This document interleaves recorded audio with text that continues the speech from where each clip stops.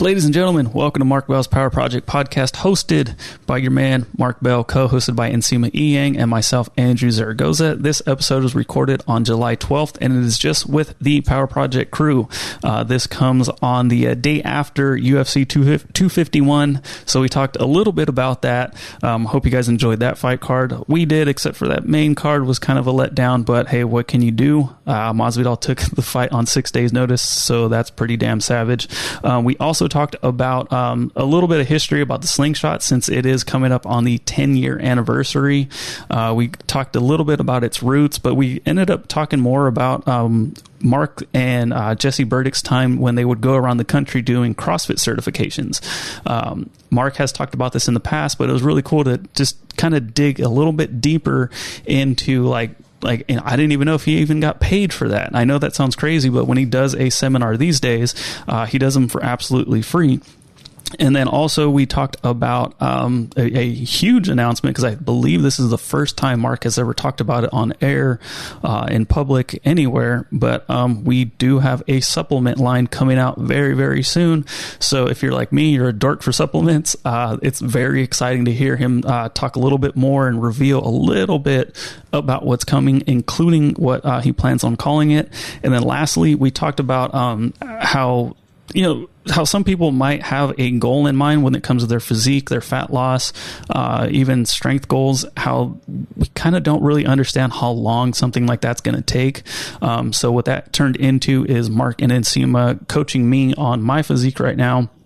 At the end of last year on Tredegeddon, I got into the absolute best shape of my life. My confidence was through the roof. I felt amazing.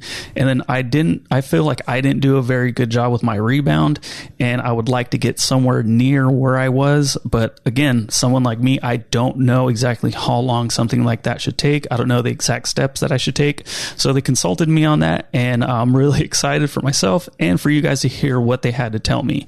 That's it for me. Ladies and gentlemen, please enjoy this episode with just the crew. Catch you guys later. Yeah, and sorry for my neighbor will be using the damn weed whacker, the leaf blower, lawnmower this entire time. He just took a break, but he doesn't stop until like Monday night. It's insane. That's funny. Yeah. Every YouTube video that I shoot, I do walk around a lot, but for some reason I'm always like, wow, there's another weed whacker. There's another leaf blower.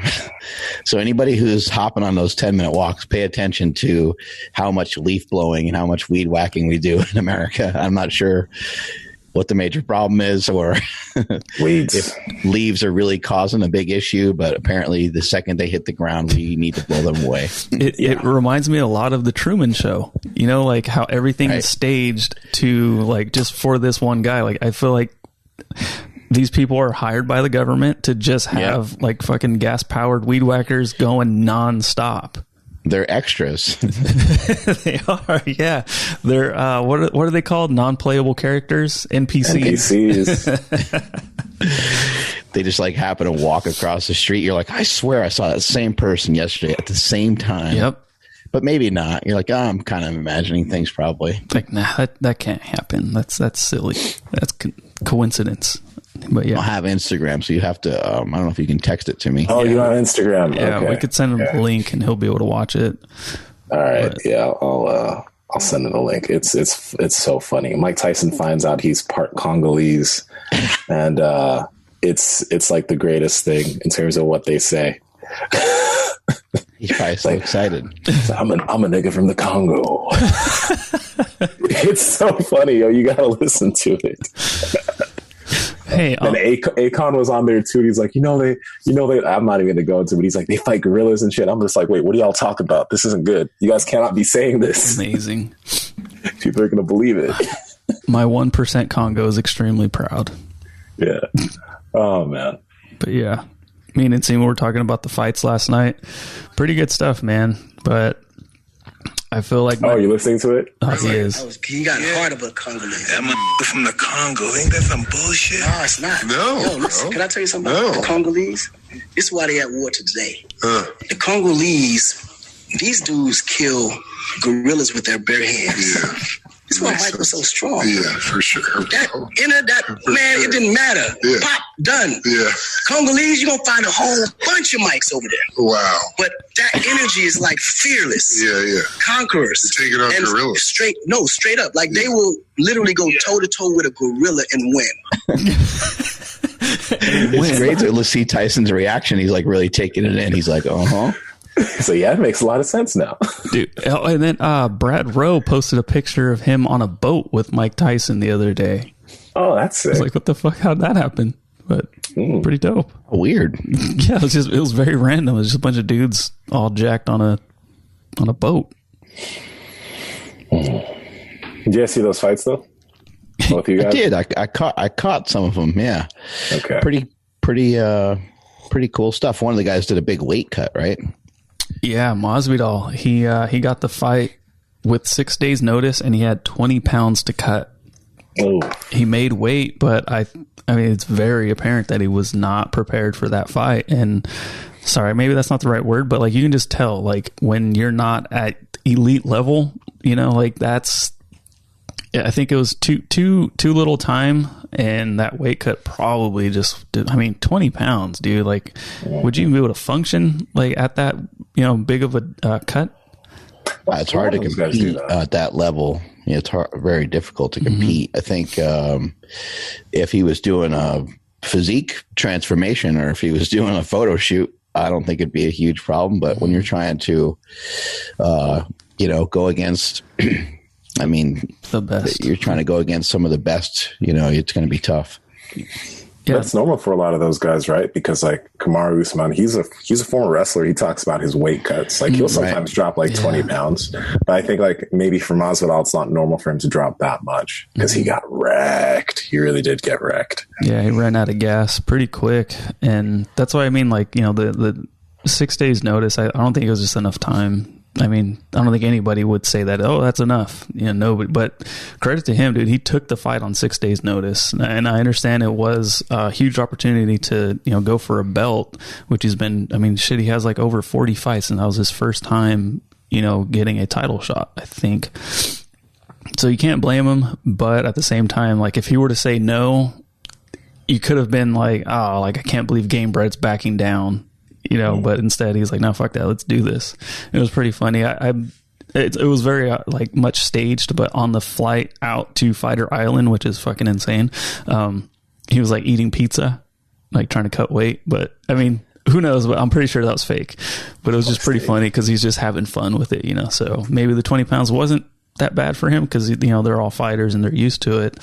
But man, it was really cool that he stepped up and did take the fight though. The foot stomping was different. I honestly, did you guys see that? Yeah, because I've never seen somebody. It's been a while. There was some foot stomping like in like early UFC, but yeah, it's been a while since I've seen that. It's funny now because like when someone does these like weird painful tricks from like the past, the guys don't react to it much anymore, and I'm like, how do they not react to that? Like that's gotta freaking kill. Yeah. Especially if they try to step on like kind of near where your pinky toe is. It's like it's gotta kill. They try to hit all the nerves in there. That's gotta hurt like hell. It's like his heel was going directly on those toes, and each time I was just like, fuck, that just looks painful. Like it makes a lot of sense though. Like if you got to put weight on that, you can't anymore. That was brutal. Yeah. Well, if someone does that to you in the first round, think about how it's going to feel 15, 20 minutes later. It's going to start to swell up and it's going to start to be all jacked up. And yeah, that's a crazy sport, man. Yeah, it really is. It is amazing though when he's getting like straight. He has that clinch, right? There's nowhere to go. He's doing the shoulder punch, whatever you want to call it, the foot stomp, and then he'll just punch him right in the body. And Masvidal just kind of just like no reaction. I'm like, dang, dude, like I don't know. You catch me with like not even a fraction of that force, and I'm going down, and I'll be down for a week. And he's just like, no facial reaction. It's like, that's insane. It's kind of the only sport we got right now. There's not really much else sports-wise going on. And so if you looked at like Twitter, you looked at social media, everyone was asking about the fights. Everybody was posting about the fights. They were posting screenshots and different things of the fight. So it's kind of cool that the focus is on that, and that the sport has gotten to the point where it's viewed as a sport, because it used to not be even viewed as a sport. It used to just be viewed as brutality, and it was illegal in most states.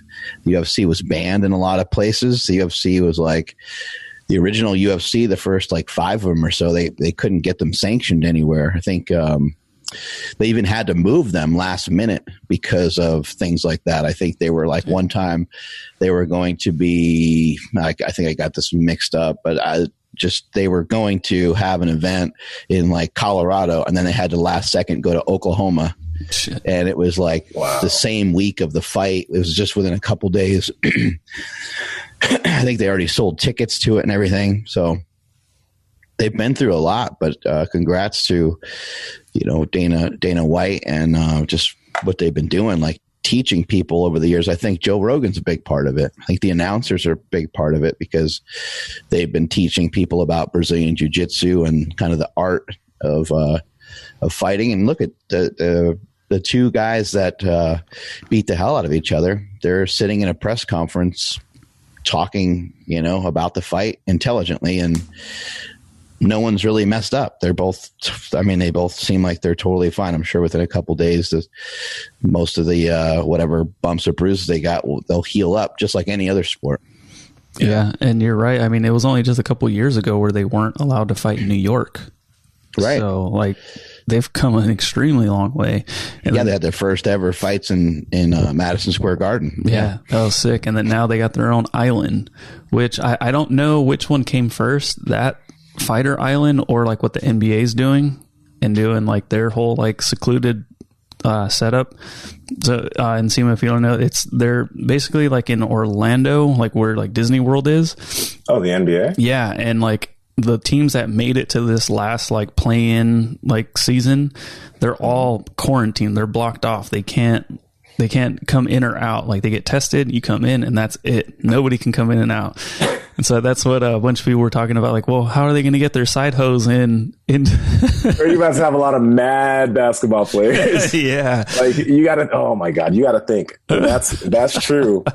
These are dudes that probably from the age of 18 or 19 have not had any problem just getting any of that. Like I've heard, what's his name? The beard. Who's the beard from the Rockets? Harden. James Harden. I heard, okay, so there's a rumor that James Harden always has to, get his rocks off before a game. That's rumor. Like he always has to. It's all the time. It's a thing, right? And just imagine now you don't have women. You don't have your wives. You have to have a lot of angry basketball players, like really fast jumping out of the roof basketball players. It's gonna be great. It's gonna be great. Oh God. Yeah, they were showing a clip of, I don't even know who it was, maybe just 2 younger guys. They were just like playing cornhole. It's like that's what they got. It's like that's gonna be tough. It'll be tough. Where is Fighter Island? Abu Dhabi. Yeah. Where's Abu Dhabi? I have no idea.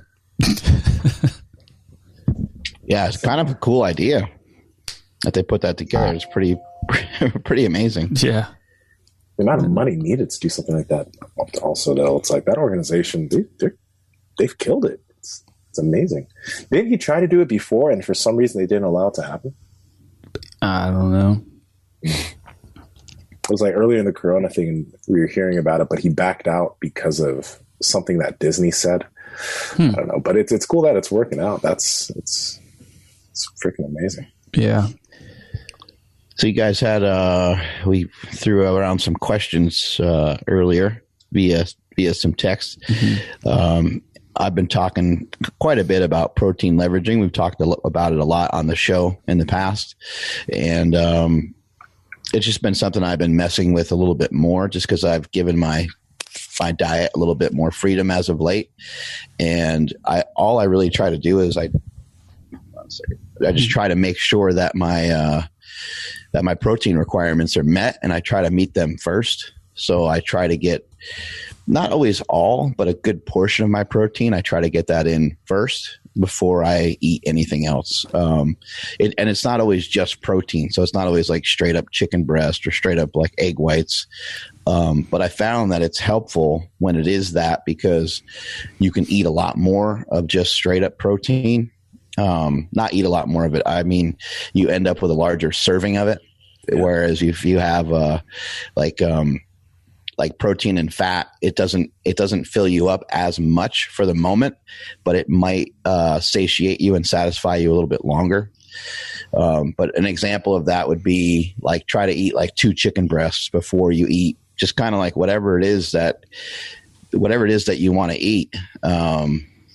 I've been playing around with it quite a bit, and I haven't like just thrown in whatever foods, I haven't like just eaten completely randomly, but so far so good. I mean, it's been working well, but like I've had just cheeseburgers with buns, I've had hot dogs with buns, I've had pizza, I've had like kind of a mix of things that I normally wouldn't eat. But again, I'm just making sure I'm getting the protein in, and from like a caloric perspective, I'm sure it's probably working out to be similar or the same. But anyway, I think this is something that a lot of people can give a try to, not necessarily to try to give their diet tons of freedom necessarily, but I think the main advantage of it would be just to really try to crush your hunger. That's the way I'd say that's the safest way to use it. Anyone that struggles with diet, struggles with nutrition, just honestly try to eat a shit ton of protein. Also, I'll give you kind of one warning is that if you're not used to eating a lot of protein, you got to up your dosage kind of slowly, because your stomach might not be able to handle it. So, take your time with bumping that up. But this has been something that's been working good for me. There's been times where I'll eat like 100 grams of protein in a sitting, and if I'm still hungry, I'll just get up and eat another 100 grams. But it's actually very difficult to even eat much of anything else the rest of the day. It's not that I don't eat anything else the rest of the day. It's just that I could be pretty full from that for like 4 or 5 hours. So, Nsima, what you think? No, that's exactly what you just said. The very last part of that statement that you said was exactly what happened to me yesterday. Yesterday I was feeling really hungry in the morning, and you guys both know I usually fast for the first part of the day, but yesterday I was just like, oh, I need to eat. So I cooked up a whole thing of ground beef. And then I had a New York strip. I think I had another piece of meat, or was it just the ground? No. Yeah, it was just the ground beef and a New York strip. So I ate the whole thing of ground beef with like 2 slices of cheese mixed in with it, which was really good. And then, a New York strip, and I was legit full until the evening. In the evening, I ate another steak, but like I didn't really have to eat that. It was crazy because I was full for almost the whole day. And all I ate was protein yesterday. I didn't eat any carbs. And it's just because I didn't really want any, So that, like what you said, like even trying, not necessarily, I don't think you have to try to eat all of your protein first, but having a bulk of your first meal be primarily protein, if you're trying to drop body fat and that's one of your goals, that's going to keep you full for a good amount of time. And the other part of that would be, I agree with what you said. I don't think you necessarily have to eat the protein first, but I would be cautious on, if you were to eat something else first, I would just be cautious on what that is. For me personally, I've learned that it's kind of hard to flip my taste buds. So just like it's hard to brush your teeth and then drink some orange juice, it's hard to like go to a movie theater, eat some Reese's peanut butter cups, and then be like, boom, back onto like a bodybuilding diet. It's like, you're kind of like, the whole day is screwed up and you're going to eat a burrito or whatever it might be. But you can use this technique and this method with any foods, I think. And taking a burrito as an example, at the moment, I wouldn't just eat a burrito. I would try to have a steak first. And I'd try to have so basically what it's representing is just that the quote unquote bad foods, or the foods that aren't typically normally on my diet, they're just representing a really small portion of my diet by keeping those protein calories really high. And then at the end of the day, if you were to look at carbohydrate intake, On some days for me, it might be like 50 grams. On other days, it might be 200. On a couple other days, it might have been even a little bit more than that, but it's still not that high. And if you were to kind of do an average per day, it's pretty modest at best. The other side of this thing is to try to intentionally keep the fat calories down a little bit. So try to get leaner cuts of meat, because if we start to take in good amounts of fat and we start to have good amounts of carbohydrates, that combination does not make you fat, but it makes it a lot easier to eat more food. So I'm using protein as a lever, as a leverage to encourage me to actually eat less food, not to encourage me to eat more food. If you want encouragement to eat more food, you would simply add fat or add carbohydrates. Take steak, for example. If you have like a ribeye, ribeyes are absolutely amazing because of the marbling and because of the fat content. That's a good combination of fat and protein. But if any of you ever had a ribeye that has a little bit of teriyaki sauce on it, it's like you feel like you can eat that thing with a straw. It's so damn good. So as soon as you add some carbohydrates to the mix, it makes it easier to eat more. And then if you're to consider that, and you're somebody that wants to gain weight, somebody that wants to get a little bigger, get a little thicker, then you can utilize the carbohydrates as a weapon, the way that our boy Stan Efferding does, where he's eating usually rice in almost every meal. That combination that he has of the meals that he puts together with the meat and the bone broth and the monster mash and the rice. You could eat a big ass bowl of that 4 or 5 times a day and get jacked. Yeah, and I think I haven't done it enough to pre-game my meal with a lot more protein. But like if you were to have like just a plain steak, like a New York strip, and then have like monster mash after, that rice tastes so much better. And then, so if you are, having a hard time gaining, like you can kind of use that to trick your mind and your taste buds to just like really enjoy the food. And when you enjoy it, you're going to probably want a little bit more. So again, if you're trying to lose, maybe take that into consideration with what you got going on. But yeah, if I eat 2 chicken breasts, and I eat one before and then one with like some potatoes or something, it's like a celebration once I get to the actual meal. What I do normally is I'll just try to eat both of those in conjunction with like the potatoes, but doing the pregame stuff is pretty fun too. I forgot all about that part. Man, y'all really love chicken breast, huh? Because I have not had chicken breast. Literally, I can't remember the last time I had chicken breast. I really can't. I had chicken breast out of a can the other day. It was so good. It was amazing. I don't mind chicken breast, but it's pretty rare that I eat it. I mean, I'll get it here and there. I maybe eat it like once a month or something like that. But yeah, it just doesn't have the pop that steak does. And also, we got the advantage of having Piedmontese beef, which is lean. So like, why would you even consider to eat chicken breast at that point?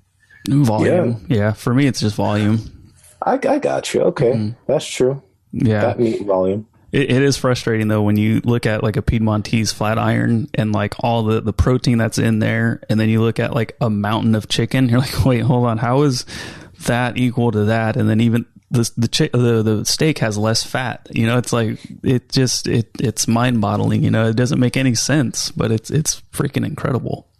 I've literally just been in this groove of eating just a straight packet of ground beef.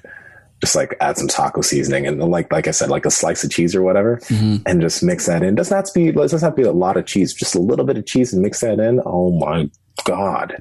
It's so freaking good. It's so good. I love stuff like that. That's super easy. I take the Piedmontese hot dogs, I chop them up, I cook them in a pan, I throw yellow mustard on them and some cheese, and it's the best thing ever. It's like you're having a damn party.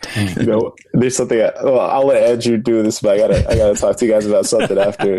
Oh man! All right. Well, while we're at it, for more information on Piedmontese, please head over to Piedmontese.com. That's PIEDMONTESE.com. At checkout, enter promo code Power Project for 25% off your order, and if your order is $99 or more, you get free 2-day shipping. Make sure you check out the Power Project Deluxe Bundle and the Jacked in Tan Pack. Nsima, what you got? Yo, I'll find the video for you guys later after the episode. But in New York, apparently, like, just the culture over there for, like, I don't know, like the culture in the Black community, man, is when it comes to hot dogs, and not just the Black community, but a lot of community in general. Like, when it comes to hot dogs, you cannot eat hot dogs or links around your homies. Like, you cannot put it to your mouth and start eating that thing unless it's like chopped up or whatever. Because like, there's this video of this guy, right? He was looking around. He didn't know his friend was recording, and then he started putting the hot dog to his mouth. And Sean's like, "Hey, yo!" And then he spit it out and threw it at his homie, and it was so hilarious. He's probably so upset because he legit like turned. And he was trying to go like this, and then they started screaming, and he just threw the hot dog away. Like, yo, what are you doing? So you mentioned chopped up link. I'm like, you probably chopped it up for another reason. Yeah, I don't ever eat it that way, actually. There's something in the back of your head that's like, you can't do it. You just can't do it. Oh, you can't eat any phallic symbols. No bananas either. Oh man, yeah. I'll never look at a hot dog the same way again. I really can't. That's amazing. So another thing you guys sent me was about the 10-year anniversary of Slingshot. Yeah, man. Slingshot's going to be 10 years old. Can't believe it. Yeah, we've been doing it for a while now, so yeah, it feels good. July 27th is my wife's birthday, and it's also the 10-year anniversary of the Slingshot. It's the Slingshot's birthday. We went to Press Bistro in Sacramento to celebrate that 10 years ago.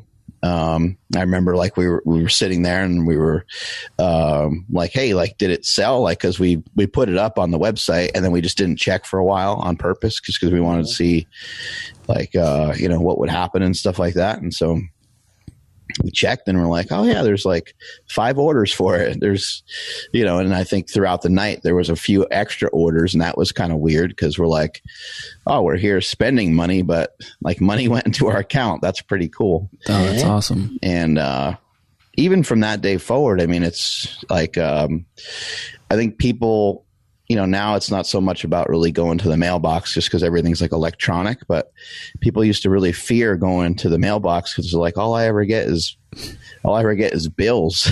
But when you have an invention, that's not all that you ever get. You actually see your bank account increase, and it doesn't feel like you did anything, but you kind of get residuals for an idea or a concept, I guess, until the day you stop selling it. So it's pretty neat, to be able to have something like that people want to continue to order, and then also to have taken a product that was an invention and then turn that invention into a business, because they're all different things. Being someone who has invented something doesn't mean that you know anything about business. They're different things. Maybe they're not even as different as like bodybuilding and powerlifting. They're like as different as like bodybuilding and cycling or something. Like they don't have a whole lot to do with each other, and it's a completely different thing that you have to learn. Even though they're both things that having some creativity would be helpful for. We've all seen it before. We've seen people with excellent ideas that haven't gotten anywhere. And then we've seen people with ideas where you're like, that doesn't even seem that cool. I mean, a lot of people don't think my idea seems that cool, but you can still make it simply by working hard to make it a thing. I had to try to make it a thing, and made it a thing. And then here we are 10 years later. When you guys put it live on the website, how did you let people know that you can go out and buy this new device that you have no idea really what it is. Yeah. So, the way that worked out, it worked out pretty good because I was already lifting. I was in the middle of my powerlifting career. You can probably make it the equivalent of Nsima wins worlds in jiu-jitsu. He's a black belt. He's been doing it for many years, and at the same time, he has an invention that makes jiu-jitsu easier, makes it more safe or more fun or hurt less or whatever it is, right? So, with somebody winning, some competitions or somebody winning some things or setting a record or any of the stuff like I did in powerlifting, I was lifting some of the biggest weights at that time. And so it wasn't hard for me to just, announce to people. I just did it via some social media. There wasn't as much stuff then. I think, 10 years ago, I don't remember exactly what we had, but I know for sure that I at least had YouTube. You can still see a lot of the original videos on there when I talk about it. There's videos where I lift with it and I don't say anything about it a couple times just because I didn't know exactly what I was going to do. But you can kind of see it in the video if you were paying attention. Those videos were shot on a potato, so you can't really see everything that good. But I was known for powerlifting and for being a powerlifter. And luckily, probably about 4 or 5 years earlier, I started to talk. And I started to, voice my opinions on lifting, and I voiced my opinion on how to get stronger, and it was already giving people information. I don't really know what triggered that. Other than I just felt like, I could give people information maybe in a more simplistic way because, at the time, all people really knew was like the West Side method. And, it seemed like complicated for some reason. I don't know why. I think I don't think Louis really made it that complicated. I think that everybody's interpretation of what Louis was trying to say was I think they were making it more complicated than it needed to be. And then when I started doing like 800-pound squats and 900-pound squats, I was like, that seems good enough for me to start voicing my opinion and telling people, even though I still felt very much like a student. Yeah. And I started just kind of talking and sharing with people, how to get stronger. And then the team started getting really strong too. We had other people squatting 800, 900, 1,000 pounds, benching 700, 800 pounds, deadlifting 700, 800 pounds. And so as that was coming, that made me really confident in what we were doing. So I was like, oh, well, it's not just working on me. Mm-hmm. I'm not just like, making shit up, so it was a combination of, learning some stuff from Louis and then mixing in my own things. And when I mixed in my own things, that's when I was really like, oh, okay, I have something here. And then I started sharing it. And then as soon as I started to sell something, people weren't like, oh, this guy's just trying to sell me on some shit.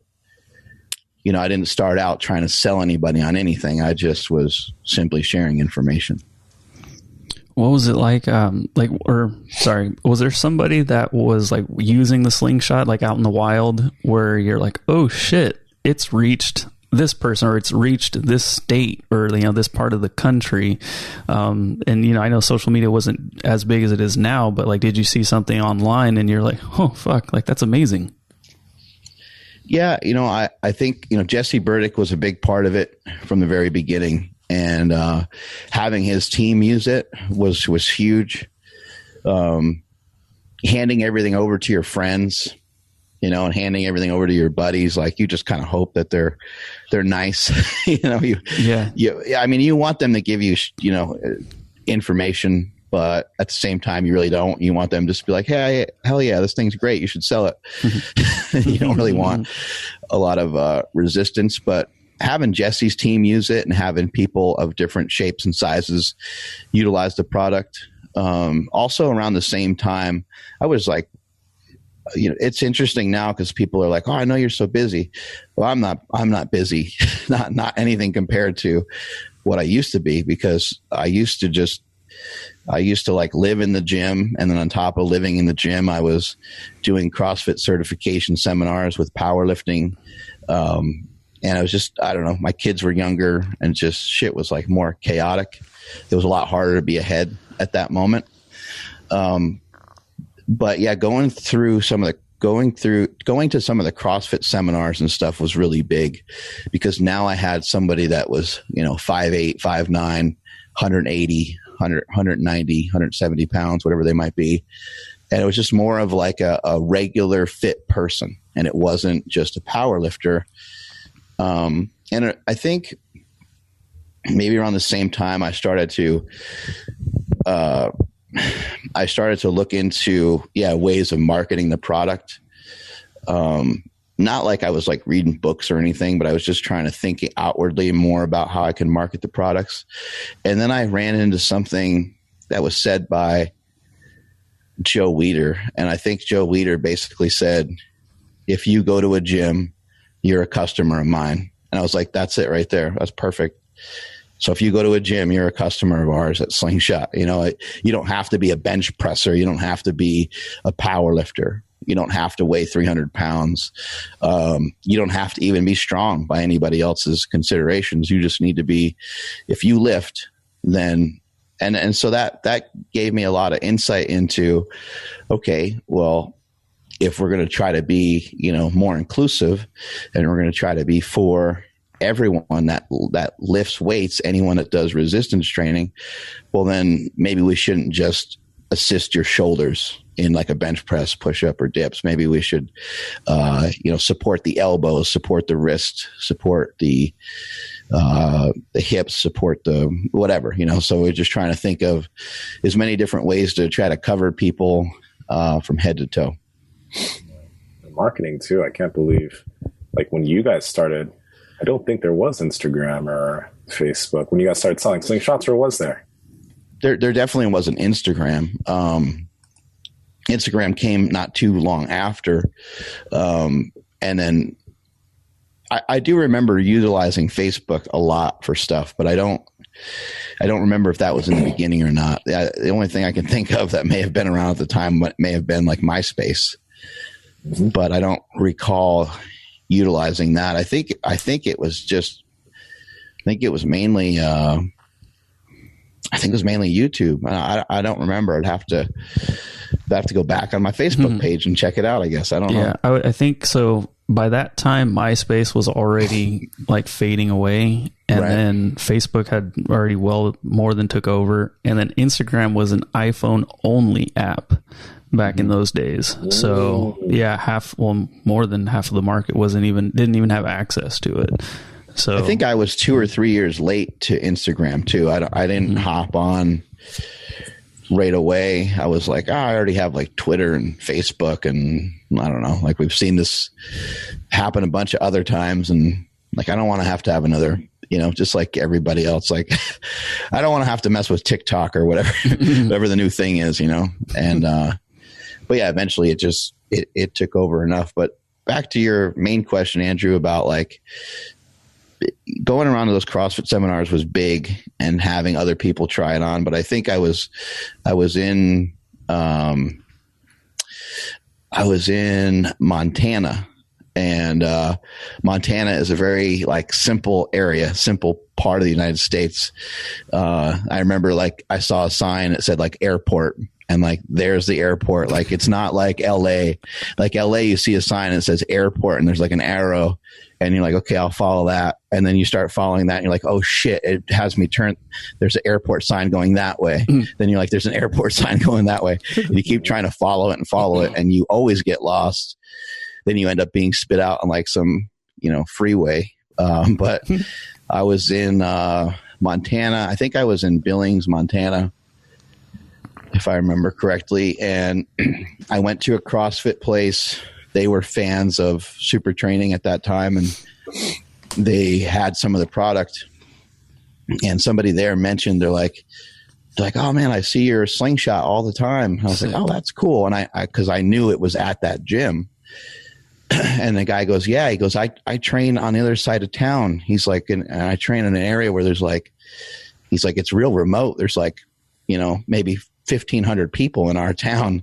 He's like, we were one of those, you know, one stoplight type of place, one little post office type of place. And there's a gym down the street from me, and I go in there and train. And he's like, that's where I see the Slingshot all the time. I was like, oh. I was like, you see it at your gym over there. You're not talking about in here? He goes, oh, yeah. He goes, I don't train here. And that's when I was kind of like, oh, okay. That's different. You know, I haven't really thought about that or haven't really heard that. I did see that there was orders coming in from all over the place. I remember for some weird reason, there was a lot of orders from the East Coast. I don't know why. I don't know if that has anything to do with where I'm from or it might have to do with popularity of powerlifting. I'm not sure. Mm-hmm.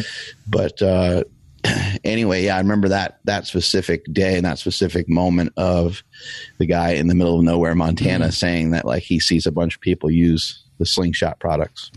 And I know you've talked about the CrossFit certifications quite a bit on previous podcasts and stuff, but because it was a different time, like I know today, if you were to do a seminar or something, you just do them for free because you're not looking for any money when that sort of for that sort of thing.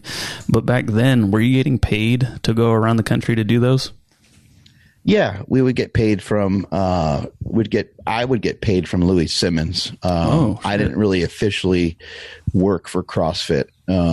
All my checks had Louis Simmons' name on it. So I worked under the umbrella of Mr. Louis Simmons, myself and Jesse Burdick, along with Laura Phelps was another person that was going around the country and teaching some of the powerlifting certs.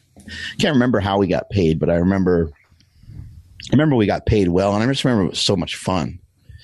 That was the main thing. I just remember it was like me and my best friend get to go teach powerlifting to a bunch of people that are hungry for it, that really wanted to learn. You know, these people, sometimes they would take those cert classes just to kind of have the extra certification, but a lot of times they really wanted to learn. They really wanted to know. And it was, it was a blast. How much coffee would you drink during those seminars? Yeah, because we were traveling around quite a bit, and we, you know, you get off of one flight and get on another flight, and like we were moving around pretty good for two fat guys. We just drank tons of coffee, and we always knew like later on in the night that we were going to, you know, just have some big blowout dinner. And so we wouldn't really eat. We didn't know anything about like intermittent fasting or anything. So basically we would just like live off of coffee all day, probably fast for a good like 20 hours and then just, you know, bombard ourselves with tons of food, have a big feast, later on in the day. But we would feel awful because like, you know, you couldn't get some good sleep on the plane. And then it was, you know, we were excited to be in whatever town or city we were in too. So we're like, oh, let's go find the local gym. Let's go meet up with this person. We were always trying to connect or hook up with, other people that were in the industry and stuff too. So, we sacrificed a lot of our sleep for that. And we would talk for 6 hours or 8 hours. And Jesse would like, you know, be like drawing on the whiteboard or something, explaining something. I'm like, holy shit. I'm like, he's lost. And even worse, I can't take over at the moment because I'm lost. And then anytime anybody ever asked us if we needed anything, we're like, yeah, we need coffee. Yeah. And you guys know how horrible that makes you feel when you're super tired. Like all you need is to lay down for an hour or two and you'd probably be fine. But you just keep reaching for that cup of coffee. It was terrible. And I'm willing to bet. Sorry, go ahead, Nsima. How long were you guys doing that, by the way? Like, how many years was that? It was about 2 years. Yeah. Okay, just 2 years? Yeah. Okay. That's pretty dope. Yeah, it was fun. And I'm willing to bet you guys probably never like prepped like as far as like, okay, section 1, section 2, or did you guys have to because it was a certification? Jesse kind of did a little bit more of that, you know. I'm always up there like freestyling, you know. But yeah, it was interesting. You know, it was interesting for me to work for somebody else. You know, it was just another case. I mean, it was more proof that I don't work well with others in that way. You know, it's like me and Louis were always butting heads, and Louis like, you didn't explain, you know, like he wanted me to always like go into super crazy detail about, like accelerated eccentrics and stuff. I'm like, Lou, these people, they don't care. They don't, he's like, you need to make them care. I'm like, they just want to squat more. Sit there. I'm like, they sit there with their arms folded. They're like, yeah, it's like somebody that goes to see a comedian. They're like, okay, go ahead, make me laugh. You know, like, because these are people that already know how to train, right? These are usually CrossFit box owners already. You know, we would kind of refer to them as like level 4 fire breathing CrossFitters. You know, they could shoot fireballs out of their eyeballs. They kind of knew a lot already, right? And so I think they were just kind of fold their arms like, what are these two fat guys going to teach us, you know? And so we had to get their attention. We had to get them moving, because they weren't just going to listen to like theory about, you know, dynamic effort work. And they also were smart. You know, they're like, okay, that works for a bunch of guys that are huge, that are probably enhanced, because I don't know if you can squat 900 pounds drug free. We see some people do it nowadays, but back then you just didn't see anything like that at that time. And then also we were still all in powerlifting gear. So the people, they wanted to learn, but at the same time, they wanted you to like prove your theory to them. So we had to get them moving. Yeah. And so that's how we started out. We started out every seminar by actually really just running everybody into the ground, because we were like, this would be the best way to start the seminar. First 30 minutes of the seminar, let's just fuck them up. Mm-hmm. Like, let's have them do sled drags. Let's have them do kettlebell swings. Let's show them a little bit of bodybuilding. So the first half an hour, 45 minutes or so was just an all out blitz. Like, you guys are the fittest in the world. All right, let's see it. And so we would pile shit on them, and then they would sit down. They would be like all huffing and puffing, but we had their attention right from there. We were like, let's just get on top of them the second we get in there, and let's just show them what's up. And a lot of times we would do the stuff with them. Mm-hmm. And so they would see us dragging a sled and doing a lot of stuff with them, and they would be like, oh, okay, maybe there is more to this. Maybe there is more to strength than we thought. You know, maybe strength is never a weakness. Mm-hmm. So we had to kind of like prove it to them. They were just kind of like, sitting there like, you know, you guys better show us something, kind of thing. Yeah. And again, because it was a different time and we weren't around, but what were the turnouts like? They would vary quite a bit. It was actually really weird. It depended a lot on the box owner, how into it the box owner was. Sometimes there would be 20 people at it. Sometimes there would be like 50. And we've had some where there was only like 10. But we got paid the same, so we were always like, "Man, they should load these things up more with more people." But you know, Louis had a very specific way he wanted everything taught. He wanted it taught over the course of 2 days, and I was like, "This should be like a 6 or 8 hour thing that we do in one day." And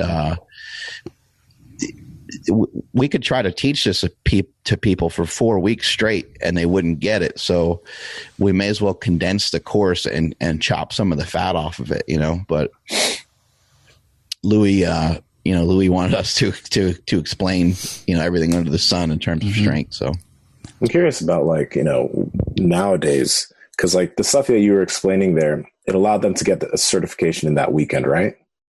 Okay. But like, there's so much information that, you know, how nowadays there's an online certification, but then there's also an in-person thing that you have to go to. Did you guys ever do anything like that, or not? It was just like a 2 or 3 day thing. They test, they get their cert. Yeah, it was just a 2 day The different certification courses they have for CrossFit, they all work a little bit differently. Mm-hmm. But the powerlifting one was pretty much like if you just went to it and paid for it, you pretty much got it, And so okay. a lot of times people would send, they would send somebody from their training facility, to the event, and then they would just that way in their facility they had someone who was certified in powerlifting. Mm-hmm. They have somebody who was certified in whatever the hell else they had. They had mobility with Starrett, and they had a bunch of different ones, which is great. And I think they still have those. I think they switched them up quite a bit, though. I don't think they have powerlifting necessarily anymore. Mm-hmm. I don't know if nutrition is separate the way it used to be. Nutrition used to be separate. It was taught by Rob Wolf. But I think they integrated more stuff into actual CrossFit rather than calling it different names type of thing. Oh, okay. But CrossFit is interesting in and of itself. I know it's come under some scrutiny as of late, but they did get a new owner, and hopefully things get resolved with that, because I think that CrossFit as a fitness movement, I think is fantastic, and I hope it continues on, because I think the more fitness stuff we have going on, I think it's helpful. But CrossFit is actually, I think that people maybe they don't know, the other CrossFit certification courses are actually very hard, and to keep your affiliate to be up to date on the coaching and how it's done. I mean, they have the most sophisticated, if you know anybody that owns a CrossFit, next time they have to like re-up a test or anything like that, you should ask them if you could sit there and watch them take it, because it's fucking hard. I mean, we've had like 5 or 6 of us at a party before where we're like one of our friends had to like do this test. And so we were like, oh, we'll help you with it. And we just never got around to helping her with it. And then she just brought her computer over to this time we had a bunch of people over. And it's like me and Jesse, and I think maybe Katie Hogan was even there. And we're all trying to like help our friend with this. And Katie teaches these certification courses. So it was hard. We were like, a lot of it had to do with like judging, like trying to judge like, if somebody did something properly in terms of, say, like a burpee or something like that, or like a thruster, or a wall ball, and then it's like they do everything right, but they weren't hitting depth on a couple of them or something like that, and you kind of just miss it. And so I think they do a great job in terms of teaching people, and that's really what the whole thing is all about. So would it be like a video of somebody doing it? Mm-hmm. Oh. Jeez. Yeah, super clean too. Like the video is like, it's all dialed in. It's all professional, and everything works. Everything works well when you're going through it. I wonder if some of that stuff's going to be kind of like lightened, or they're going to like cramp down even harder in regards to like the certifications and passing those tests now with what happened this year. Yeah, I don't know. I'm not sure. We should get the owner on, though. We should talk to him and see what his plans are. My understanding is he has a business background. So there you go. Once again, back to what I said in the beginning, the inventor, the creator, is not always the best guy to continue everything forward. And I sort of recognize that with myself as well. I think, the best, in my opinion, the best way for Slingshot to like double what it is now is to get somebody new in. You know what I mean? Like, cause I don't know about that. You know what I mean? I don't know about running a company that's of that size.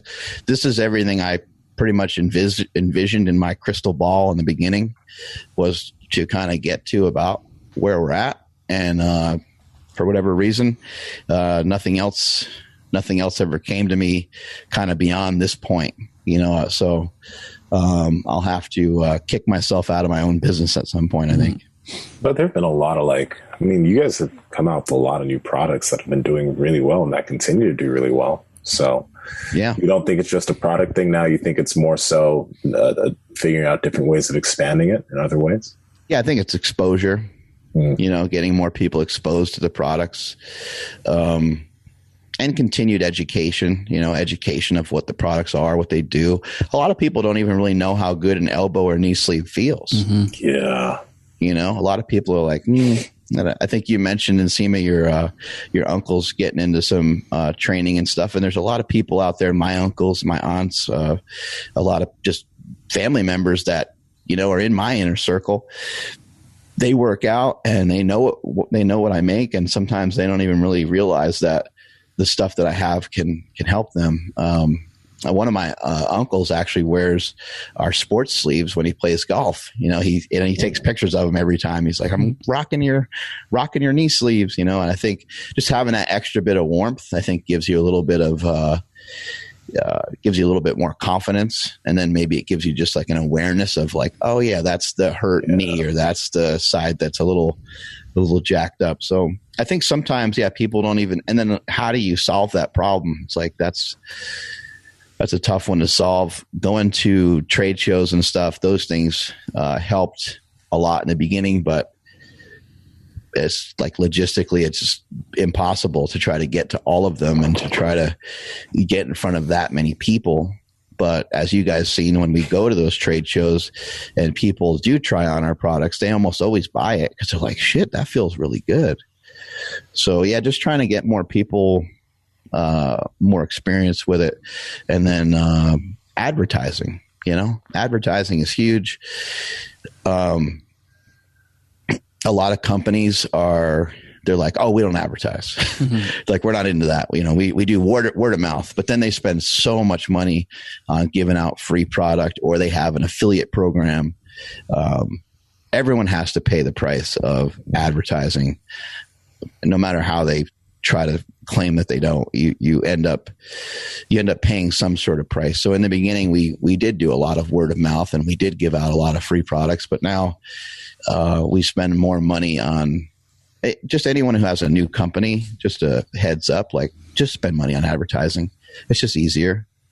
Why have an influencer when you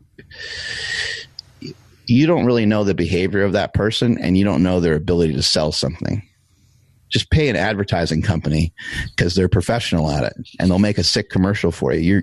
You're better off, in my opinion. There are certain products where having the influencers can be beneficial, so you have to kind of weigh the pros and cons of it. But it's at this stage, it's just so common to see advertising. Everyone's more open to it nowadays, and if you look at even YouTube.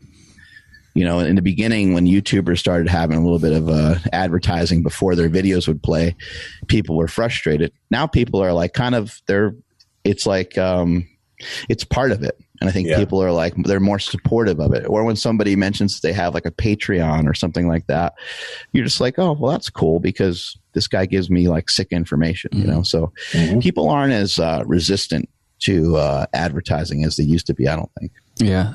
With given as much information as you feel comfortable with, but looking in your crystal ball, like, what would be the next step to, is it getting Slingshots in Target? Is it, making Slingshot a household name by doing X, Y, and Z? Like, what do you think it's actually going to take? Like, in your opinion right now, what it will take to, like, 2X what we got going on right now? It's all of the above, man. Everything you said, like, try it all, try to figure out as much of it as possible. Getting into retail, the first thing I would think in my head is no, but that's just because I don't have any knowledge of retail. I don't know what that means. I could say, oh, Andrew, that's a stupid idea. And then, a couple days from now, I could run into someone that sells a product at Target, and they're like, yeah, we sell, just from Target alone, we sell over $20 million worth of product a year. I'd be like, what? Andrew knew what he was talking about. So a lot of times it's a matter of just, having the knowledge, being creative, and really just trying stuff. I mean, my wife and I, we talk about many, many different scenarios of, what it would look like if we did this, what it would look like if we did that. In terms of like selling stuff in retail places, we have never we have never really explored that much. We looked into it a little bit. It's something that ends up bringing an entirely different. I think if the internet was further behind, we'd probably look into it more aggressively. But the internet has kind of taken over a lot of stuff that retail does. But retail allows you to put the product on. What I just said earlier, like people don't really know. My worry and my concern would be that it would hurt the brand because the brand might sit there on the shelf, and I wouldn't want to see that, But again, that's just that could also just be a lack of knowledge on my part, especially the Slingshot. Like the Slingshot's not necessarily self-explanatory, but with a good picture on the box of it or something like that, I think you could, maybe solve some of those problems. But yeah, to try to get to the next level with anything, it's always just how do we gain more knowledge? How do we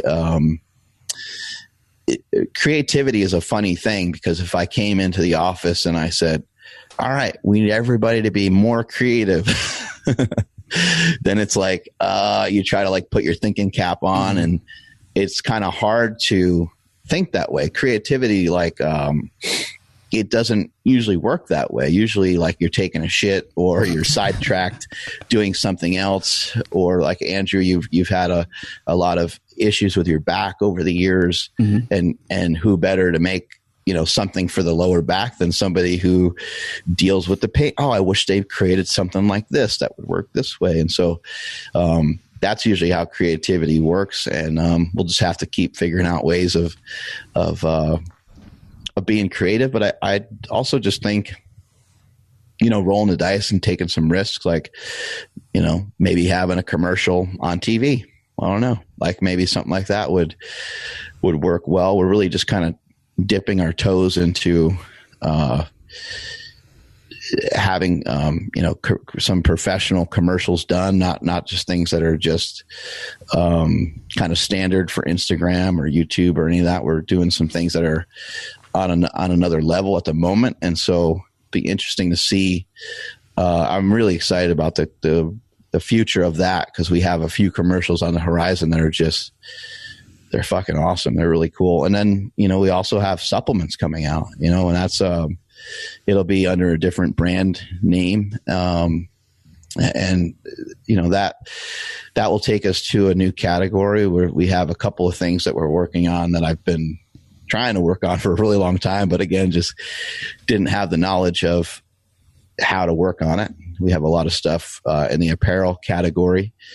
So I think, sometimes just something like that, like just being able to having access to different manufacturers, being able to make and create some different things, just it can change everything in a moment. The Slingshot itself obviously was like a game changer in my life, and then the second thing that kind of came after that was the knee sleeves changed the company quite a bit. Like we couldn't keep them in stock.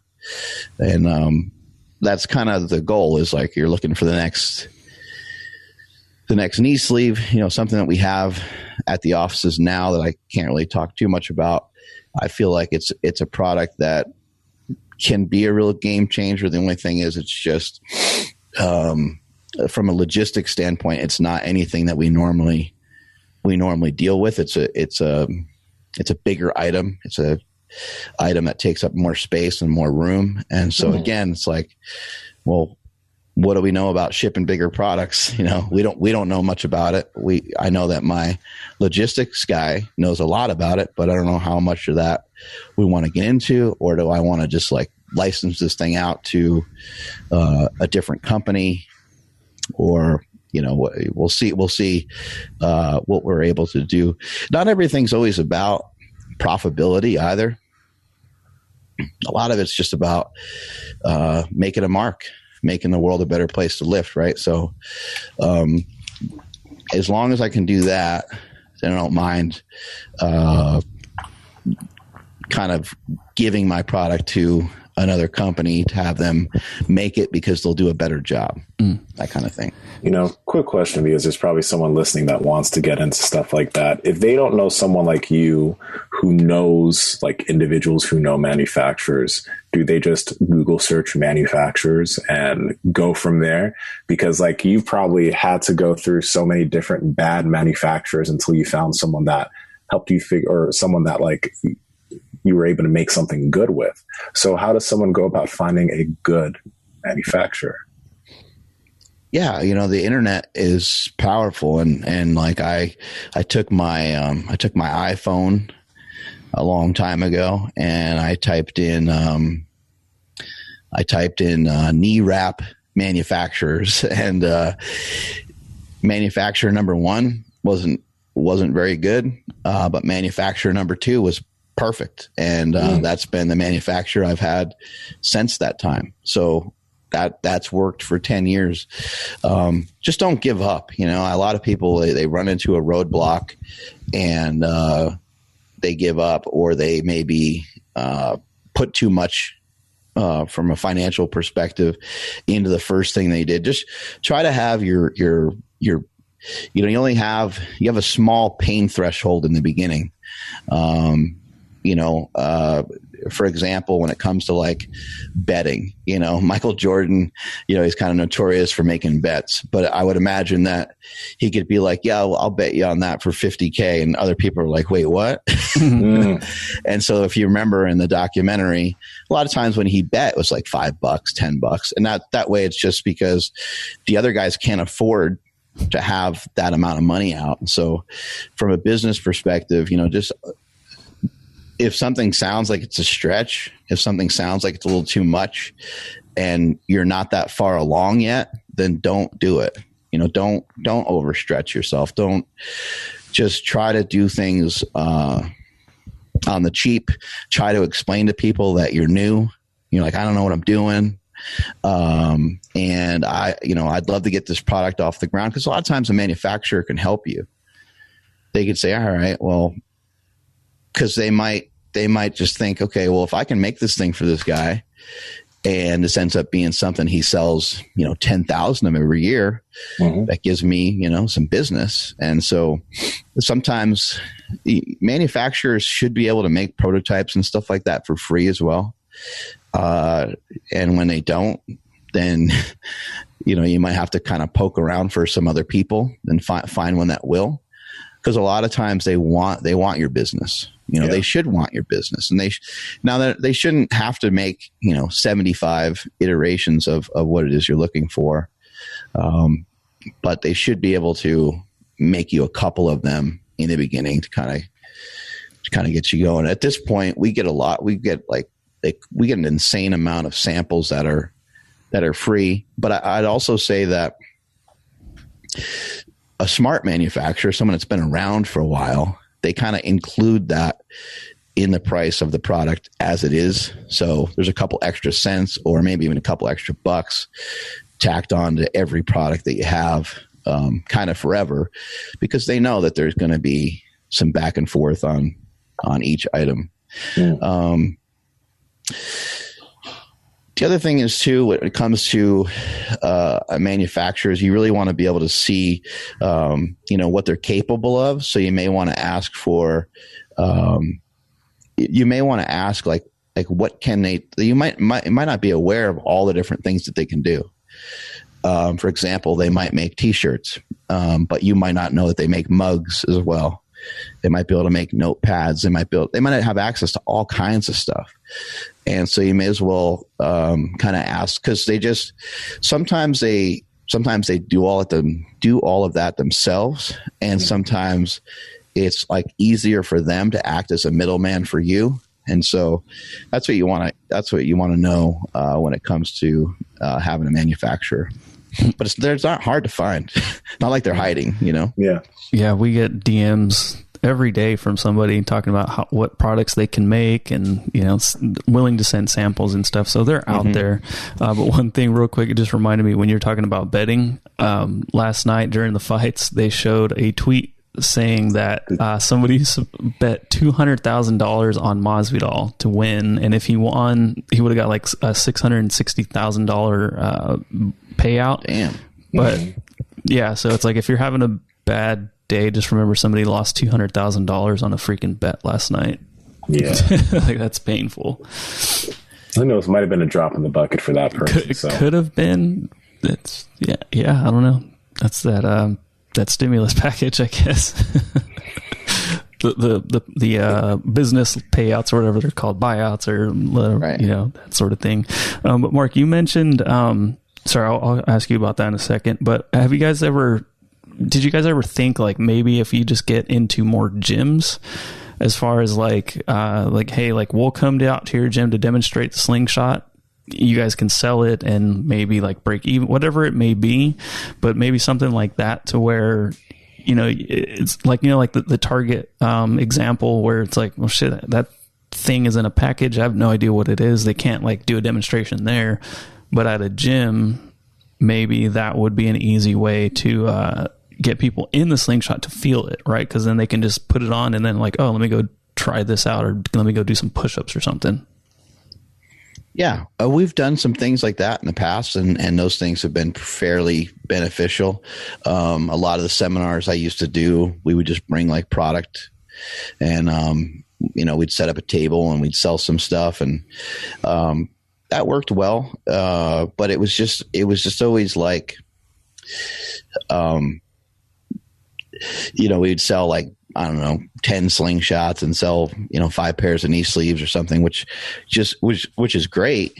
It's fantastic, to get it into more customers' hands and to have that customer interaction. But it just, it wasn't a huge deal. Now, the way that our gym is set up right now, we have a full on retail store in there. So to have seminars now, that works great. Mm-hmm. In a weekend, we can really do really well by having a seminar and just bringing people in, and then they see all the stuff that we have. That kind of stuff helps. I do think that what you're talking about, I think it would actually work best if it was more geared around the equipment and it was more advertised that the equipment's going to be there. I think that would probably work best, and almost treat it as like a pop-up store. Mm-hmm. I know that I think it's Gymshark. They do it pretty rarely, and so because they don't do it with high frequency, they get crazy turnouts.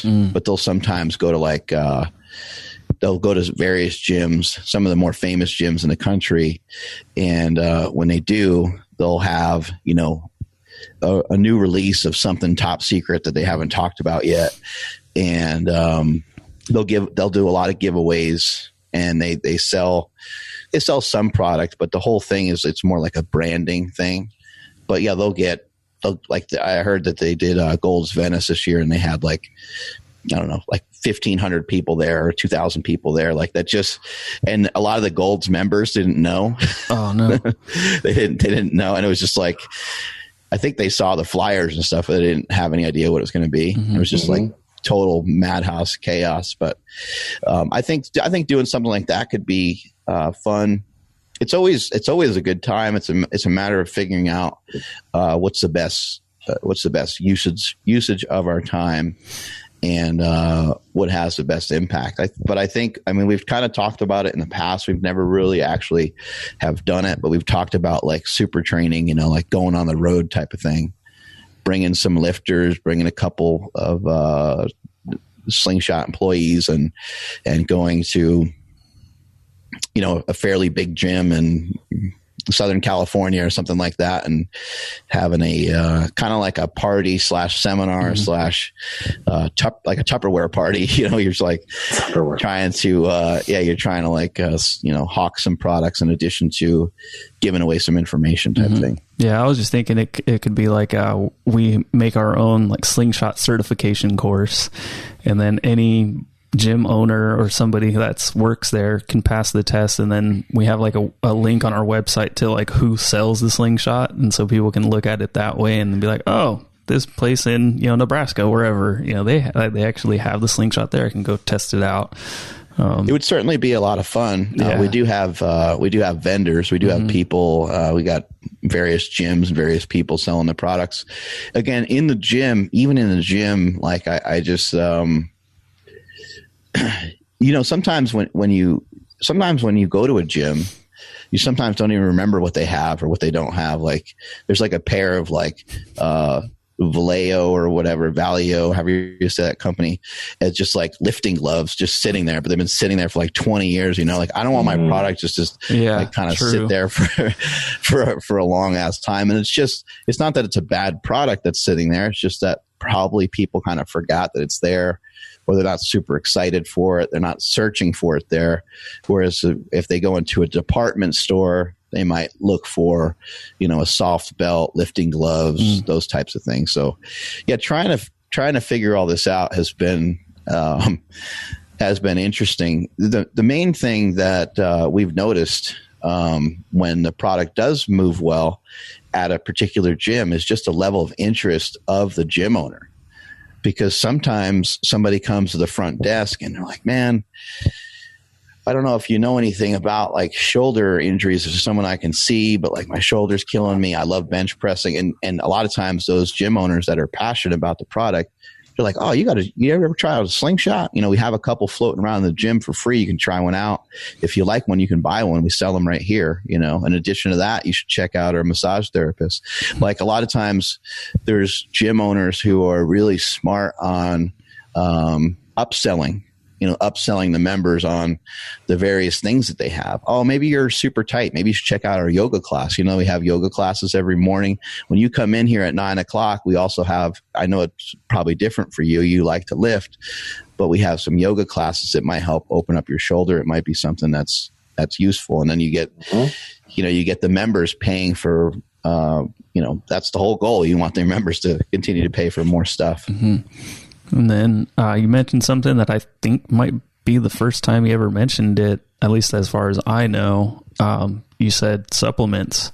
Is there anything you can share? Because I know that probably perked up a lot of people's ears that were listening. Yeah, the supplements. The name might change, but just because we're working on some different things. But the name is Within. Because of all the stuff I've been working on over the last couple of years, it kind of just made me recognize that everything that you have, everything that you need, everything you're in search of, rather, comes from within you. All these things we're looking for externally, all these different goals and all these different things that we want to do and achieve, and nice cars and nice homes and all these different things that we kind of want. Everything that you need, everything that you need comes from within your own body. And when you treat your body correctly, everything's available to you. Everything that your metabolism is supposed to do is supposed to keep you strong and healthy when you treat it properly. And so the idea and concept behind these supplements may be a little counterintuitive, because I do want to teach people that they don't necessarily need supplements. However, sometimes it's a good idea to supplement your diet. A lot of people are trying to be lean, and a lot of people might not get the calories that they need. And because of that, it might be good to supplement. It might be good to bring in some supplements, especially if you're trying to be extraordinary. You're trying to bring your game up to the next level. You might feel the need to utilize some of these products, but we have a lot of basics, but the basics are, just everyone's going to say this that has supplements. There's an extra twist, on each one of these products.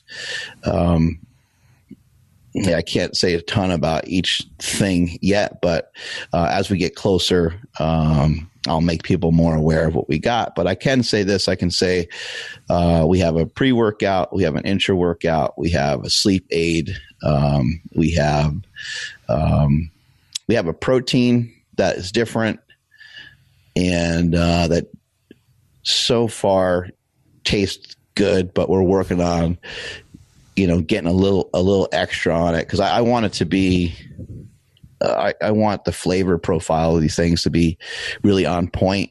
And I've learned that you're better off just taking a little extra time when it comes to that. So that way, I don't know. It's good to have people think about your product when they're not using your product. So if you can make it taste that good, then it might get in someone's head of like, yeah, I'm going to reach. I want people to use it. I want people to utilize the stuff that we have. So I'm excited about the ingredients of the stuff that we have. I worked with Joel Green on coming up with a lot of these products, and as we get closer, I'll make you guys more aware of what each thing is. But we also have a hydration product, and a lot of the hydration products out there are awesome. We love some of the different ones that we've utilized. We got Keto Vitals, and we got the ones we have at the office. Element. Yeah, those are awesome. Like, those guys did such a good job with that. And the actual amount of sodium and potassium, and they did a great job, putting that product together, and it tastes good. I like the taste of it. I like the flavor of it.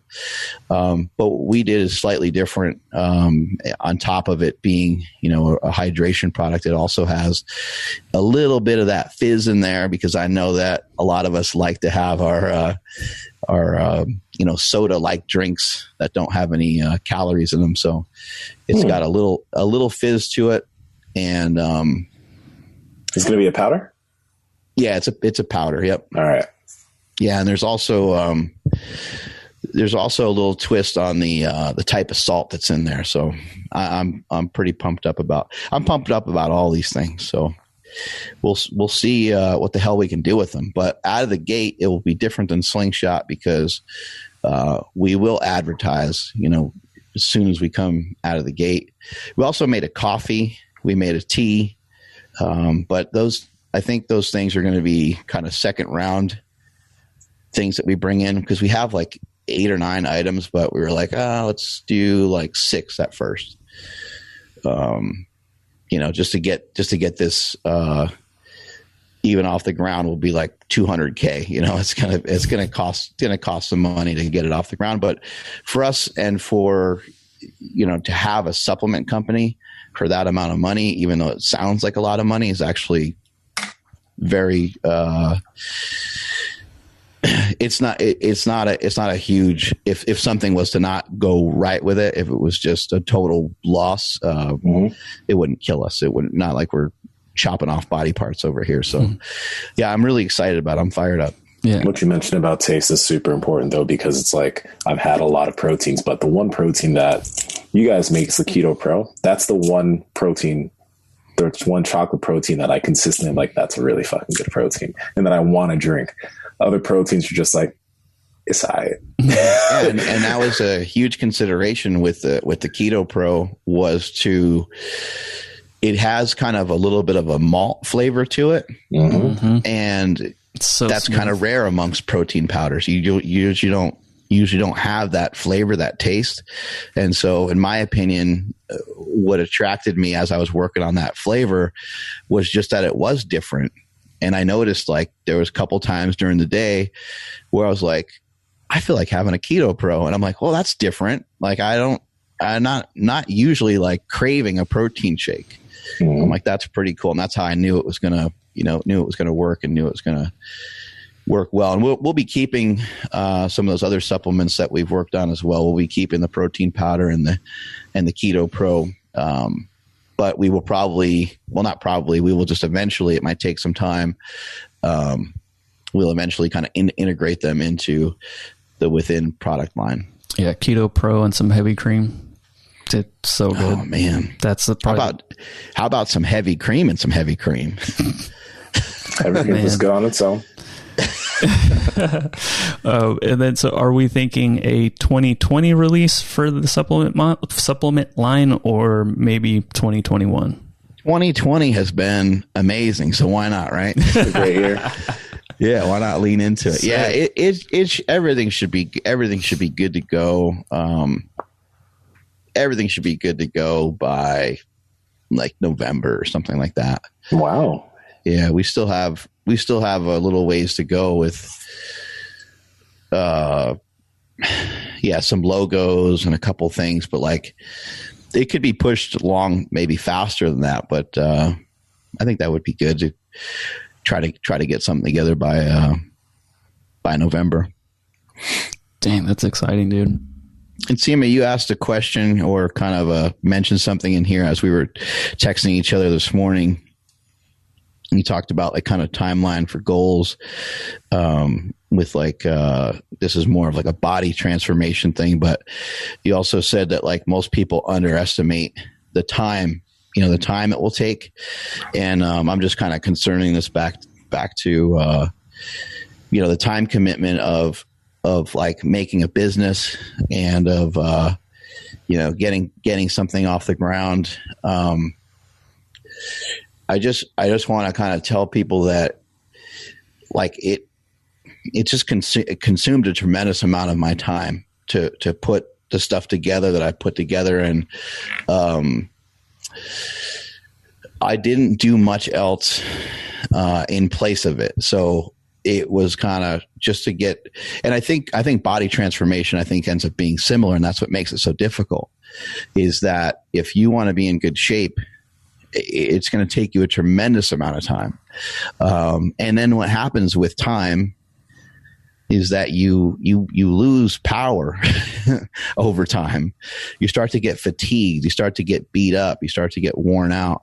Same thing happens with being a leader. Same thing happens with being an owner.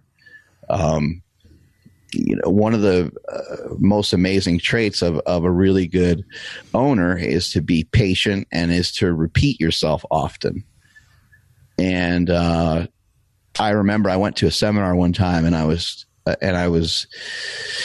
really excited, and I was just kind of sitting there with like, trying to be as open-minded as possible. But one of the first things the guy said was, and I think it was Simon Sinek, who's just an absolutely amazing speaker. Anyone who ever gets the opportunity to see that guy talk in person, you need to go. Like, you need to spend the dough and you need to go see him because he's unbelievable.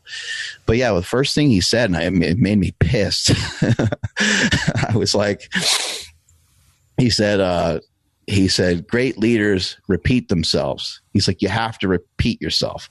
And I was thinking at that time, I was always super frustrated with having to repeat myself. I was like, I hate repeating myself. I mean, I remember saying that many, many times to myself after having to have a conversation with an employee or somebody in the gym. It could be about strength training, with somebody about fat loss, with somebody about, and from that moment, that I would say that kind of cured me in a way, because I'm like, well, actually, you know what? I don't know why I hate it. I don't know why it's a pet peeve of mine, because it's actually really simple.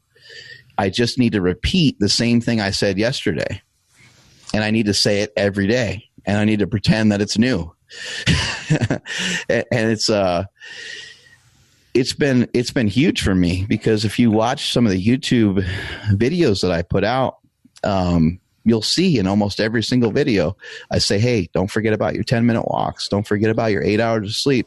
Don't forget to stay hydrated. Don't forget to eat enough protein every day. Mm-hmm. And it's like, why wouldn't I repeat that?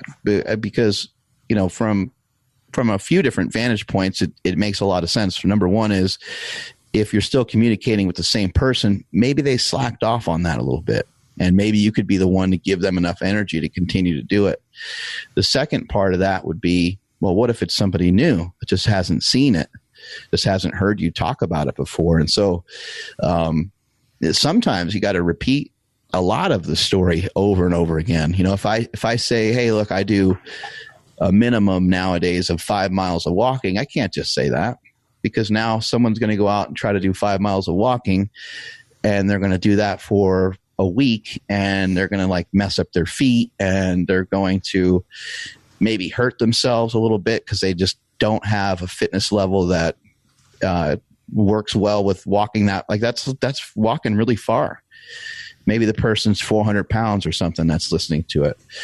So I have to kind of say, oh, well, I started walking 7 or 8 years ago, and it all started with a couple of 10-minute walks a day. Those felt pretty simple to me. And as I repeated them over and over again for many, many years, I got better at them. as I got better at them, I started adding on more minutes, started adding on more mileage. But yeah, repeating yourself, it can kind of wear you down at times. But I think Andrew and I have joked about it before, like where we've said in the gym, we've kind of make these backhanded statements to each other where we're like, oh, okay, so when we squat, we're not going to depth anymore. Okay, we're doing things different around here, and we say that to each other as kind of a joke. Oh, when we do pull-ups, okay, we're just cheating on the pull-ups now. We're just swinging around whatever way we want. Like we don't have any standards anymore. These are things you have to, if you want to be great at anything, you're going to have to repeat yourself, and it's going to take a tremendous amount of time. Yeah, we're not doing that. We're not doing that thing where we like try hard anymore. Like that's out of the picture. Like, all right, I just want to make sure so that way I can also be weak and try less work. Like I got on the podcast late today, so you could say, oh, okay, we're not all showing up on time anymore. Okay, Mark has different rules than everybody else. Okay, cool. Okay, cool. All right, just so we got that out of the way. Okay, let's go. Okay, so showing up on time, we're not doing that anymore. All right, cool. Thank you guys. No, but that's something you see with a lot of content. Like a lot of people, and it's a good thing, but I can think of a few people that are really good reinventing old content and just saying the same thing in a different way to perk up ears in a slightly different way. You know what I mean? But it's the same exact message, and it's been the same message for years. It's just spit out slightly differently. You know, it's nothing new. So that's a really important thing right there. Yeah, Gary Vee talks about that all the time. He's like, people will come up to me like, dude, you're saying the same shit you said 10 years ago. And he's like, yeah, I am. The exact same thing. He's like, and people still don't get it. Like, well, my gosh, that's tough. I can see how that can be frustrating. Mm-hmm. But yeah. Yeah, I have some friends that have some goals and some things that they're trying to set their sights on. And sometimes when I hear their goal, but then I see what they're doing, I see their actions, I'm like, like those things aren't matching up that good. Those things they're not in good harmony with each other. And when I started Slingshot, I'm not saying everyone's journey is going to be different as well. And so I'm not going to hate on someone that makes it look easier. I'm not going to hate on somebody that does something in a shorter period of time. I kind of see that on Shark Tank a lot.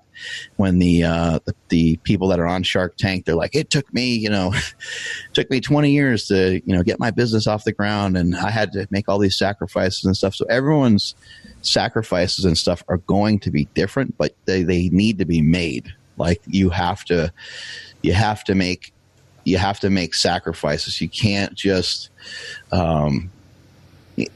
like I heard someone the other day that was on Tom Bilyeu's show, and the guy said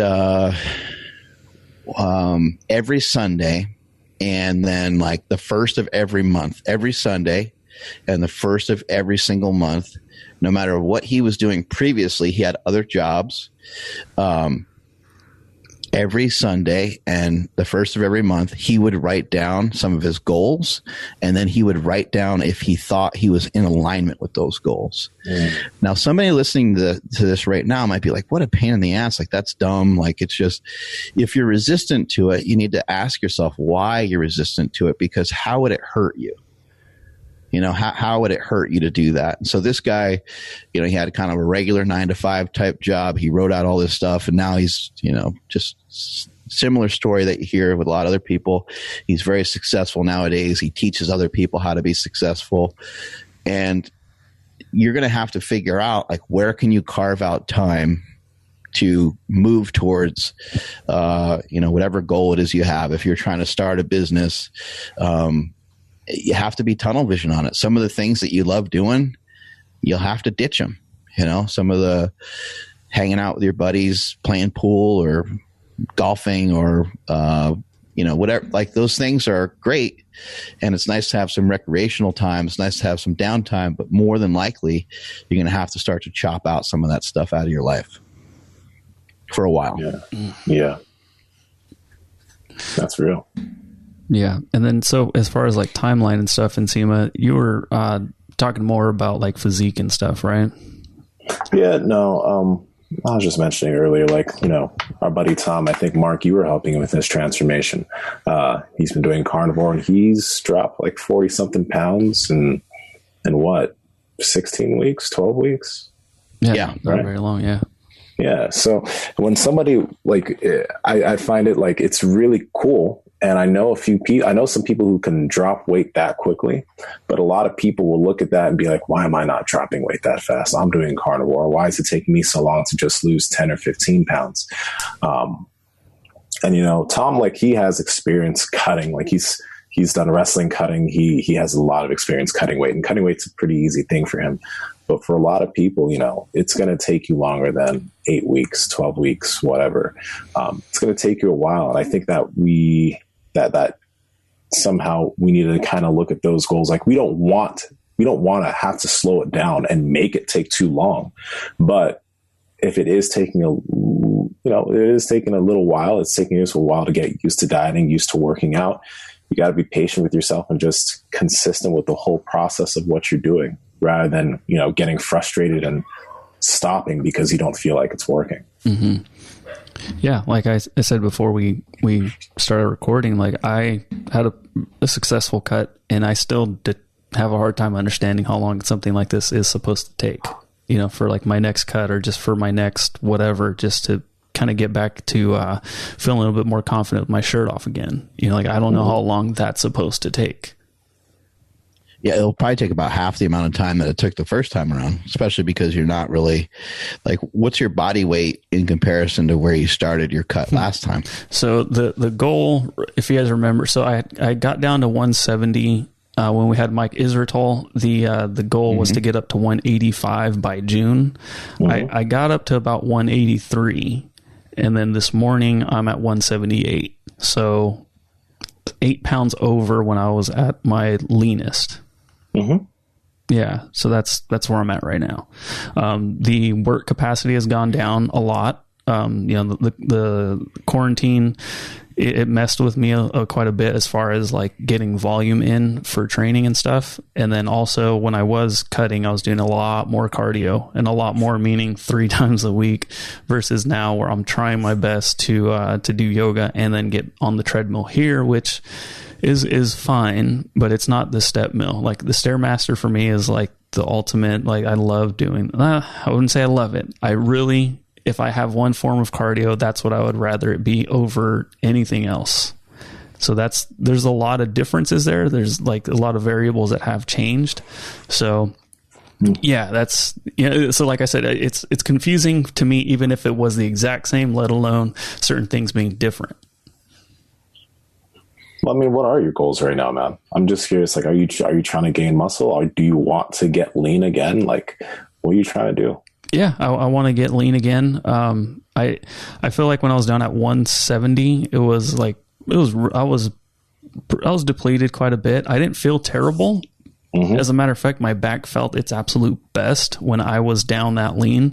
I think a lot of that has to do with some of the different types of workouts I was doing, you know, because coming off of trying to get as strong as I could on Sarmageddon, doing a lot of powerlifting and stuff, and then switching over to doing lighter weight, higher rep stuff with Mark, and, you know, again, like the cardio and stuff like that. I think the Stairmaster helped my back out a lot too. So I felt way better when I was leaner. So I want to kind of get closer to that again. But I don't know if 170 is like the healthiest look and healthiest thing for me to do. So I guess if in a perfect world, I would have the confidence to be with my shirt off again, especially now, because I will be having a pool and I don't want to be a gross slob at my own house, you know, with my shirt off. But somewhere around like 175 with not shredded abs, but something to be like, oh shit, all right, cool, I feel good right now. Whatever the hell that is. I would say probably the first place to start is to start to line up some of your, your goals and your actions, and line up, you know, just some simple weight loss, I think would be a good idea. It sounds like you don't have much to lose, but I think if you were to lose like even like 3 to 5 pounds, you would feel leaner and probably feel like you're starting to head in the right direction. you could utilize some cardio if you wanted to implement some of that. But just, figuring out a way to reduce your calories, whatever way has worked best for you in the past, would probably work again. So I think that would probably be the first place to start, is to start to look into your food. Maybe you don't have to make like huge changes. Maybe you can just utilize intermittent fasting every other day, or just if you're not currently implementing it, start to bring some of that in. Maybe you could have 2 sessions a week of some cardio, that's 20 minutes. You have a treadmill at your house. I think you can put the incline up pretty good. Like, just make it simple. Just do that, and that right there should get you kind of heading in the right direction. Bodybuilding is always awesome. I always recommend it. I think trying to pick like one body part per day sort of thing. And that way it gives you should be able to recover really well from those workouts. It gives you a lot of flexibility with what you train and when and all that. And sometimes you can even just do it at your house. If it's a day where you're just going to do some shoulders, you can just bust it out in your home. Those would be some of the places I would start. Nsima, what do you got for that? I think one of the biggest things for you, man, is because I think weight training for you is something you're not going to really ever stop, right? So you're going to always be lifting, but making cardio a bit of a habit, whether you're cutting or whether you're bulking, doing cardio 3 or 4 times a week. And it doesn't have to be like, hour-long sessions or anything. But if you can do that, you can maintain it, then generally you're going to be on the leaner side with whatever you're doing. You know what I mean? And the cardio won't be something where you're going to have to like labor yourself to start doing it again. So I think you do have the treadmill at home. So I think that instead of focusing on how fun the step mill was, you can do things on the treadmill and try and maybe some run walks on the treadmill that are kind of fun. Maybe it's still not the step mill, but it's fun enough where it's something you can maintain. And you should be just like literally after a few weeks, you should be right where you need to be. Yeah. And I mean, even just over the past 2 weeks, I've been utilizing a bunch of stuff from our boy Remington James. Like, he has a bunch of these dope, like bodybuilder type recipes. He has a recipe book. I highly recommend it because it makes food fun. And I really wish I had this, right after my cut, because I think I would have rebounded way better. But what he was mentioning was like, we think that we get in enough like calorie burn or whatever you want, like our output. We think it's a lot. Like, we go work out and then we sit down all day. Like, if you really think about it, you're not really burning that many calories. So, he was just recommending doing something like 40 minutes of cardio, but he's in really good shape right now. But what you said, Nsima, was freaking huge, man. Because like the cardio thing is like one aspect of the puzzle for me, but to have that just become habit, right now it's not a habit. But if I can do that, I think that would be a total game changer. And oftentimes probably help you eat a little bit better too, just because you're doing it. Yeah. No, it's just everything about it. And like I said, like I've been having like low fat everything. Like I had like this low fat like ice cream. It was just incredible. Been making the like low fat pizzas and stuff like that. It's a lot of fun to eat, but I'm still mixing that in with like Piedmontese, and I think that's like the real big like key turner right there. Still having that like good healthy red meat. But yeah, I think just getting into the habit of doing the cardio and stuff will be huge. Just in general, like it'll just keep me moving, period, and keep myself in a deficit while not really feeling like I am. Yeah. And while you're trying to cut, I mean, since you're not going to be bulking, you could do a bit more fasting, because adding a little bit of cardio and being in that deficit, like you will drop. And then when you want to maybe maintain or you want to start gaining a little bit, then don't fast as much, but keep the cardio in. Yeah. And it's going to be more so intuitive than having I know you do track, but it'll be more of an intuitive thing. So you don't have to track as much or at all. Yeah, I haven't been tracking much at all. I have been fasting, and I think that's why I haven't been tracking, because I'm looking at my intake, and like I am trying to hit like 300 grams of protein per day. Mm-hmm. But I'm like, shit, dude, I have to eat a lot more right now. Like I know I'm behind, like just because of the short time that I have been tracking. I understand that, like, okay, I'm way behind, so I have to eat a lot more right now. And so I'm positive I've been I definitely have been in a deficit, because I've already lost not a good amount, but like about 5 pounds since I like I think I need to go in the other direction now. And then more recently, like I said, within the past 2 weeks, I've already dropped 2 pounds without really trying, just a little bit of not a little bit, like lifting at ST, and then a little bit of cardio, and things have gotten, I am going in the right direction. But again, this all goes back to like the original concept or original subject, which was like, how long should it take? And I'm just like, I don't know, but I'm going to just keep doing what I'm doing with now the extra advice that you guys have given me, and not really worry about like how long it is going to take. It's just a really cool question that you bring up, because I actually don't know like what it's like. Honestly, like I don't really want to see an end goal. I just want this to be the way I am, like that, and that's it, and just go from there.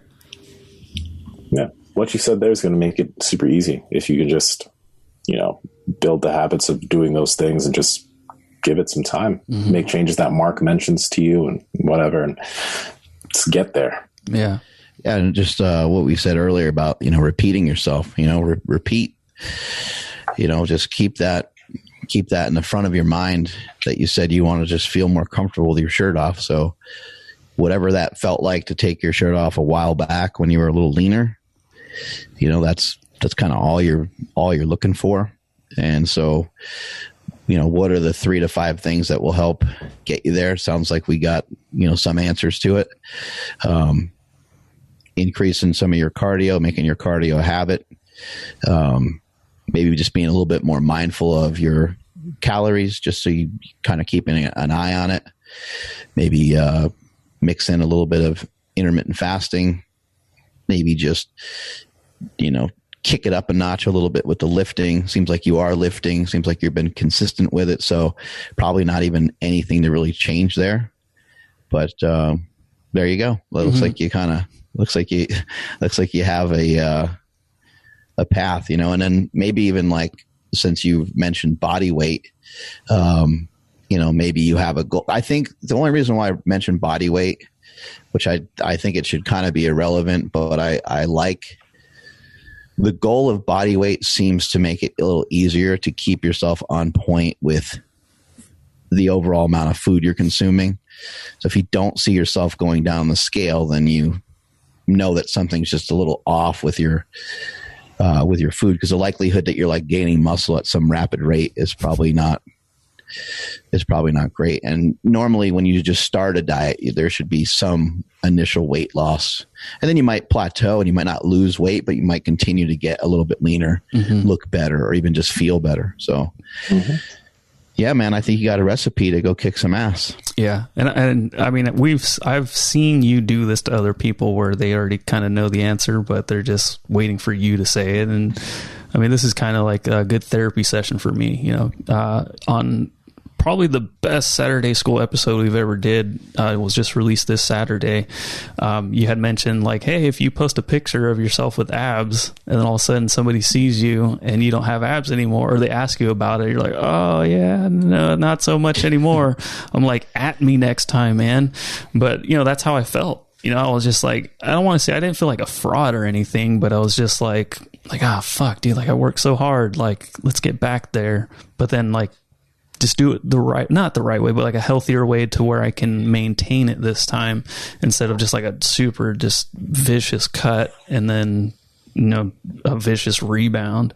So it'd be cool to get there slowly, get there, at the right pace to where like, that's just who I am. That'd be sick.